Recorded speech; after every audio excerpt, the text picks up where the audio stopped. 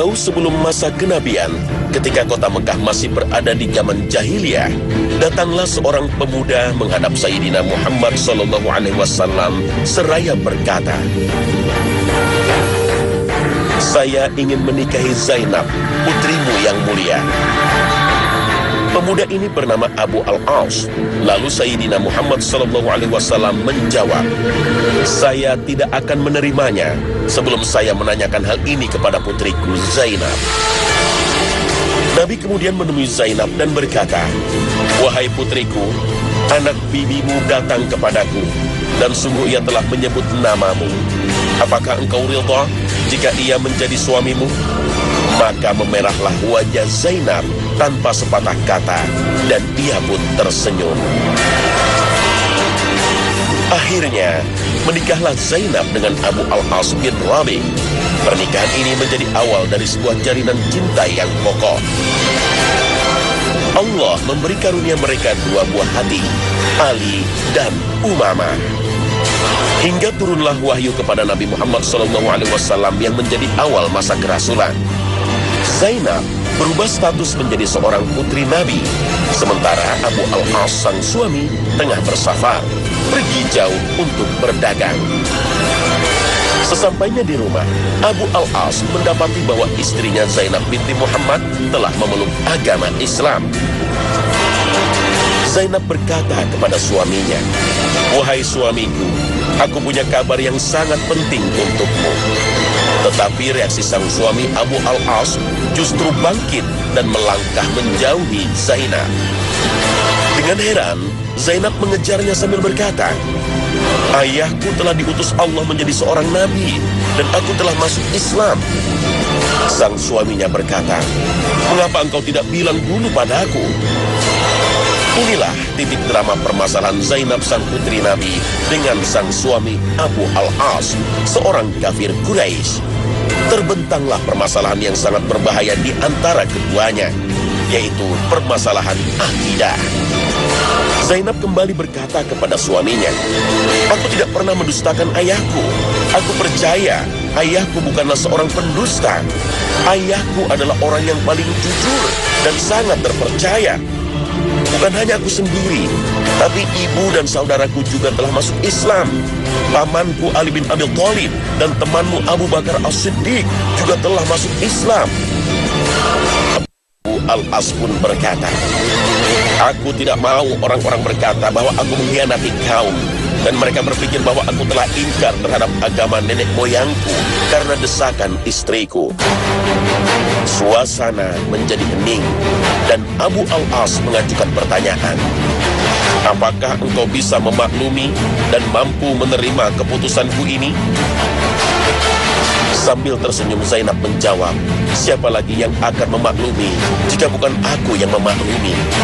Tapi aku istrimu, dan aku akan membantumu dalam meraih kebenaran hingga engkau sanggup untuk itu."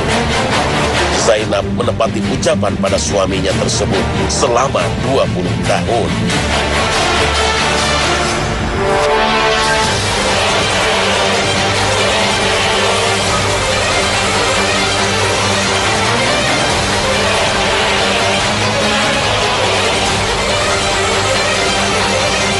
Assalamualaikum warahmatullahi wabarakatuh. Selamat pagi pemirsa. Hari ini, Khazanah Ensiklopedia Islam Dunia kembali hadir, dan simaklah kisah cinta antara putri Rasulullah Zainab dengan Abu Al-As. Semoga Anda mampu mengambil pelajaran dari kisah ini.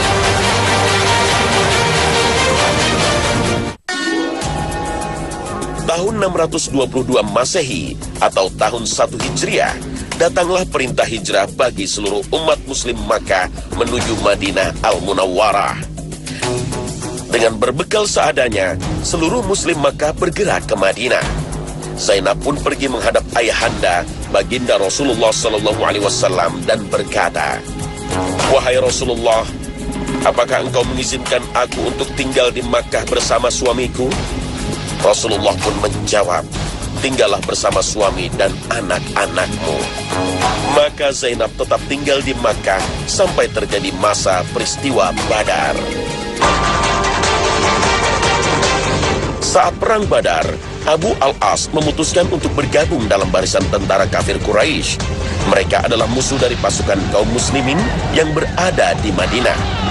Pasukan ayahanda akan berhadapan dengan pasukan sang suami Abu Al-As. Zainab sangat mengkhawatirkan situasi ini hingga ia menangis dan berdoa, "Ya Allah, aku khawatir terbit matahari suatu hari nanti di mana anakku menjadi yatim atau aku kehilangan ayahku." Doa Zainab dijawab Allah dengan baik. Dalam perang Badar yang dimenangkan kaum muslimin ini, sang suami dan ayahanda Rasulullah selamat. Rombongan Quraisy datang kembali ke kota Makkah dan memberi kabar akhir dari sebuah perang Badar. Zainab pun mendatanginya dan bertanya, "Bagaimana keadaan ayahku?" Mereka menjawab, "Kaum muslimin telah menang." Mendengar hal ini Zainab pun bersujud syukur.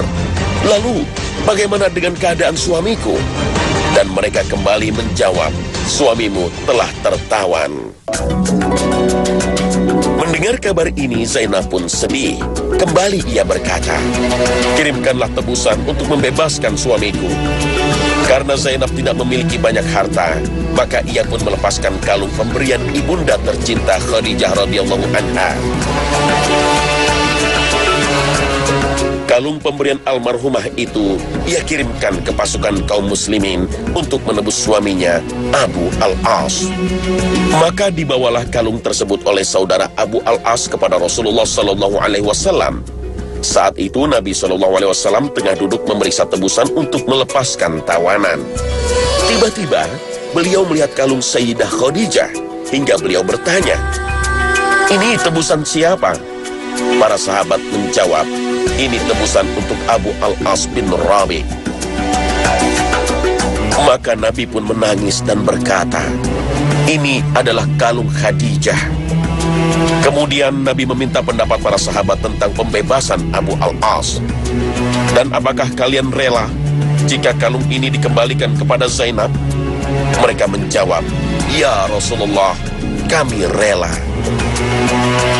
Maka Nabi menyerahkan kalung tersebut dan membebaskan Abu Al-As dan berpesan agar Zainab jangan menyia-nyiakan kalung pemberian ibundanya Khadijah. Beliau berkata kepada Abu Al-As, "Wahai Abu Al-As, sesungguhnya Allah memerintahkan padaku untuk memisahkan antara wanita muslim dengan orang kafir. Apakah engkau mau mengembalikan putriku kepadaku?" Abu Al-As menjawab, "Ya, bersedia." Lalu Abu Al-As pun bebas dan kembali menuju Mekah. Sesampainya di Mekah, Zainab langsung keluar menyambut suaminya. Tapi Abu Al-As langsung berkata, "Aku akan pergi." Zainab pun terkejut dan bertanya, "Wahai suamiku, pergi kemana?" Abu Al-As menjawab, "Bukan aku, tapi engkau yang akan berangkat menuju Madinah, menuju ayahmu." Zainab kembali bertanya, "Mengapa aku harus ke Madinah?" Abu Al-As pun menjawab, "Untuk pemisahan antara aku dan kamu. Kembalilah kepada ayahmu, wahai istriku." Zainab pun berkata, "Apakah engkau akan menemaniku dan masuk Islam?" Abu Al-As menjawab, "Tidak." Zainab pun meraih anak lelaki dan perempuannya, lalu berangkat ke Madinah. Sejak itu banyak pria yang mengajukan pinangan 6 tahun berturut-turut. Tetapi Zainab menolaknya. Ia masih berharap agar Abu Al-As kembali kepadanya. Sejak 6 tahun perpisahannya dengan sang istri, Abu Al-As pergi menuju Syam bersama rombongan untuk berdagang. Di tengah perjalanan, ia bertemu dengan rombongan sahabat Nabi. Maka dia pun menanyakan rumah Zainab di Madinah. Para sahabat pun memberitahukannya. Maka Abu Al-As pun menuju Madinah dengan membawa barang-barang dagangan kafilahnya. Sebelum masuk waktu subuh, dengan penuh rasa takut ia mengetuk rumah Zainab. Dan Zainab pun keluar untuk menemui tamunya. Saat mengetahui bahwa yang datang adalah Abu Al-As, ia bertanya, "Apakah engkau datang dalam keadaan Islam?" Abu Al-As menjawab, "Tidak, justru aku datang dalam keadaan kabur dari rombongan kafilah dagang." Zainab pun kembali bertanya, "Apakah engkau mau masuk Islam?" Abu Al-As kembali berkata, "Tidak, Lalu Zainab berkata, "Jangan takut. Selamat datang wahai sepupuku. Marhaban wahai bapaknya Ali dan Umamah." Sementara itu di Masjid Nabawi, selesai Rasulullah mengimami sholat subuh, datang seseorang dan berkata, "Abu Al-As bin Rabi telah mendapatkan perlindungan dari Zainab." Nabi SAW bertanya, "Apakah kalian mendengar apa yang kudengar?" Para sahabat menjawab, "Benar wahai Rasulullah." Lalu Zainab segera menghadap ayahanda Rasulullah dan berkata, "Wahai Rasulullah, sesungguhnya Abu Al-As jika dijauhkan, ia adalah anak bibiku. Didekatkan, maka dia adalah ayah dari 2 anakku. Maka saya melindunginya wahai Rasulullah." Nabi SAW menyetujuinya. Maka Nabi SAW berkata kepada kaum muslimin, "Jika kalian rela mengembalikan hartanya dan membiarkannya kembali ke Mekah, maka itu yang aku sukai. Tapi jika kalian menolak, maka urusan ini aku kembalikan kepada kalian. Kebenaran bersama kalian, dan aku tidak mencela kalian atas hal tersebut." Para sahabat pun menjawab, "Justru kami memilih untuk memberikan hartanya wahai Rasulullah." Nabi pun kembali berkata kepada Zainab, "Kami telah memberi perlindungan kepada orang yang engkau lindungi wahai Zainab." Rasulullah melanjutkan, "Muliakanlah ia, karena sesungguhnya dia adalah anak bibimu, dan dia juga ayah dari anak-anakmu. Tetapi jangan sekali-kali dia mendekatimu, karena sesungguhnya ia tidak halal bagimu." Zainab berkata, "Baik wahai Rasul utusan Allah." Kemudian Zainab kembali ke rumah dan berkata kepada Abu Al-As, "Wahai Abu Al-As, sesungguhnya perpisahan kita terasa amat berat bagimu. Apakah engkau mau masuk Islam dan tinggal bersama kami?" Abu Al-As kembali menjawab, "Tidak." Kemudian Abu Al-As mengambil hartanya dan kembali ke Mekah. Sesampainya di Mekah, ia langsung berteriak kepada para penduduk Mekah, "Wahai manusia, ini harta kalian. Apakah masih ada tanggungan yang belum aku tunaikan kepada kalian?" Penduduk kafir Makkah menjawab, "Terima kasih, engkau telah mengembalikan dan menunaikan semua tugasmu dengan sebaik-baiknya." Tiba-tiba ia berkata, "Saya bersaksi bahwa tidak ada yang berhak disembah selain Allah, dan Muhammad adalah utusan Allah." Kemudian balik badan dan pergi menuju Madinah. Sesampainya di Madinah waktu subuh, ia langsung menghadap Rasulullah SAW seraya berkata, "Wahai Rasulullah, engkau kemarin telah memberikan perlindungan kepadaku. Sekarang aku datang mengucapkan asyhadu an la ilaha illallah, dan engkau adalah utusan Allah. Wahai Rasulullah, apakah engkau mengizinkan aku untuk rujuk kembali kepada Zainab?" Maka Rasulullah SAW menggandeng Abu Al-As dan berkata, "Ayo, kemari bersamaku." Mereka berjalan menuju rumah Zainab. Sesampainya, Rasulullah berkata, "Wahai Zainab, sesungguhnya anak bibimu telah datang padaku hari ini. Ia meminta izin untuk kembali rujuk kepadamu. Apakah engkau terima?" Inilah doa Zainab yang dikabulkan Allah Subhanahu wa Ta'ala. Setahun mereka kembali bersama dalam rengkuhan bahagia, hingga akhirnya Zainab meninggal dunia. Duka sang suami Abu Al-As begitu mendalam. Dalam tangisan yang teramat sedih, hingga para sahabat melihat Rasulullah mengusap dan menenangkan Abu Al-As. Dia berkata, "Demi Allah, wahai Rasulullah, aku hampir tidak sanggup di dunia ini tanpa Zainab." Setahun setelah meninggalnya Zainab, Abu Al-As meninggal dunia.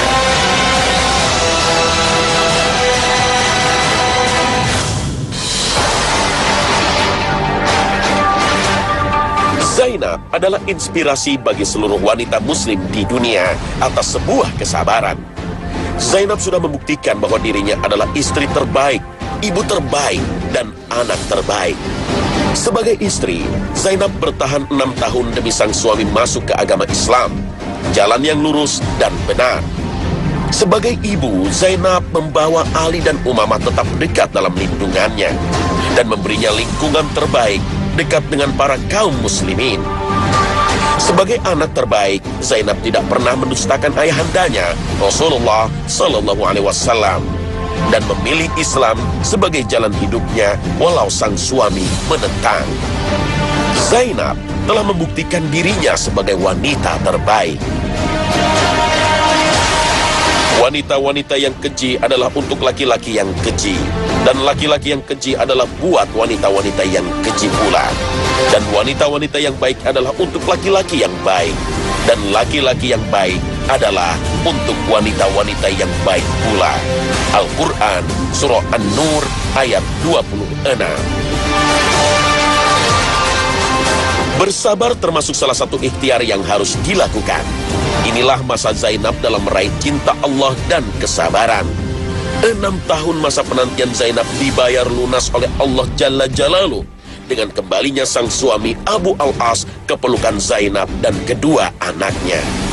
Allah berfirman dalam surat Al-Baqarah ayat 153. Hai orang-orang yang beriman, mintalah pertolongan kepada Allah dengan sabar dan mengerjakan sholat. Betapa menderitanya batin Zainab binti Muhammad.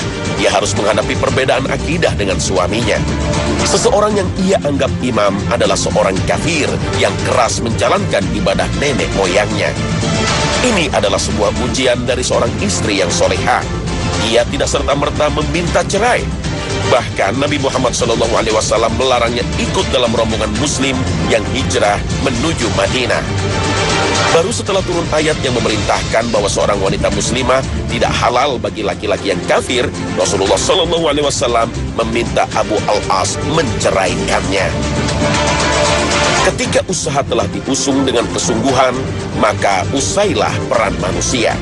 Tawakal dan berserah diri adalah tindak laku umat beriman. Dan hanya kepada Allah sajalah hendaknya orang-orang mukmin bertawakal. Al-Quran Surah Ibrahim ayat 11. Zainab binti Muhammad mengajarkan arti pengorbanan. Bahkan ia rela memberikan harta warisan dari ibundanya untuk menebus suaminya yang menjadi tawanan. Pengorbanan inilah yang akhirnya menjadi salah satu jalan hidayah bagi sang suami. Zainab binti Muhammad mengajarkan pentingnya doa dan usaha. Kenyataan bahwa suami bukanlah seorang yang menjadi imam, pembimbing dalam urusan agama adalah sebuah ujian. Dan tidak semua orang berhak mendapatkan hal ini. Karena Rasulullah telah bersabda bahwa sesungguhnya cobaan terberat adalah milik para nabi dan Rasul Allah, lalu orang-orang soleh. Cobaan sesuai dengan kadar keimanan dan kemampuan seseorang. Karena Allah membebani hambanya cobaan sesuai kemampuannya. Indahnya kisah cinta Zainab dan Abu Al-As seakan menjadi sebuah pelajaran yang indah dari surah Ar-Rum ayat ke-21. Dan di antara tanda-tanda kekuasaannya ialah Dia menciptakan untukmu istri-istri dari jenismu sendiri, supaya kamu cenderung dan merasa tentram kepadanya, dan dijadikannya di antaramu rasa kasih dan sayang. Sesungguhnya, pada yang demikian itu benar-benar terdapat tanda-tanda bagi kaum yang berfikir.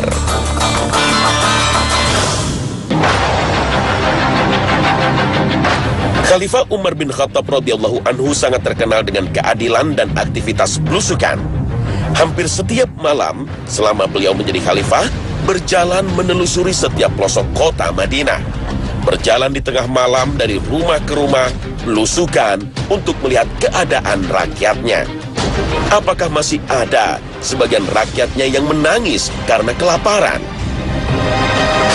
Suatu malam, Umar bin Khattab radhiyallahu anhu sampai di sebuah rumah. Penghuninya adalah seorang perempuan tua dan seorang anak gadisnya. Mereka adalah penjual susu. Di tengah malam itu, sang khalifah mendengar percakapan mereka berdua.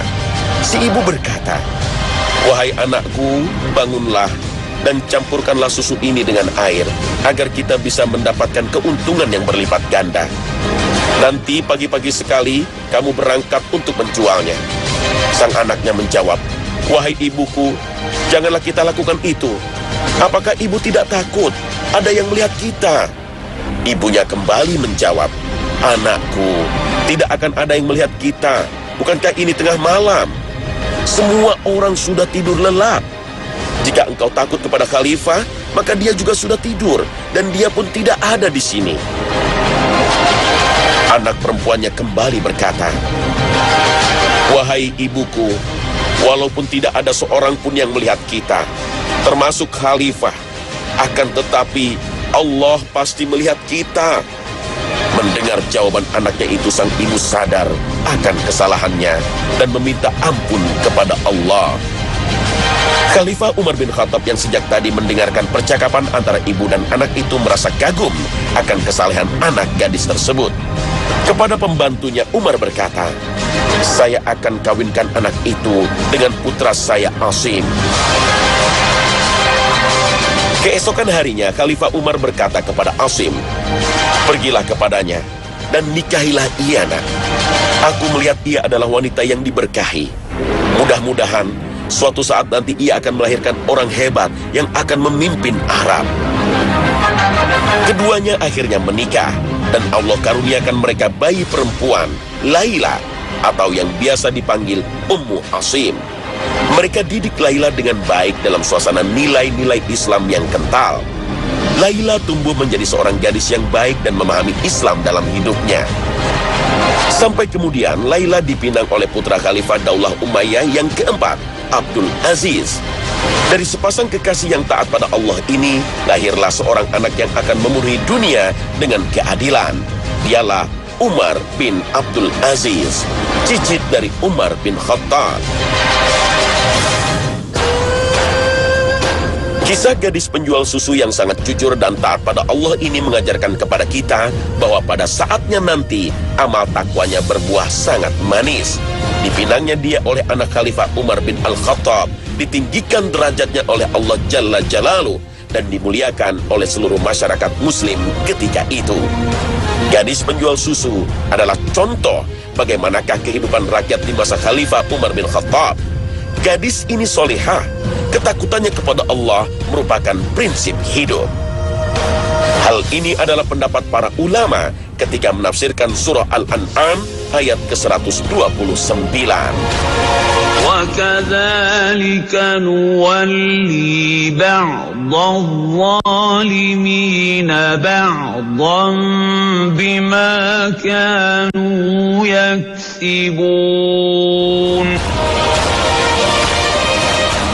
Ibnul Qayyim berkata, perhatikanlah hikmahnya tatkala Allah menjadikan para raja, penguasa dan pemegang tampuk pemerintahan. Mereka berkuasa sesuai dengan amalan rakyat di negeri tersebut.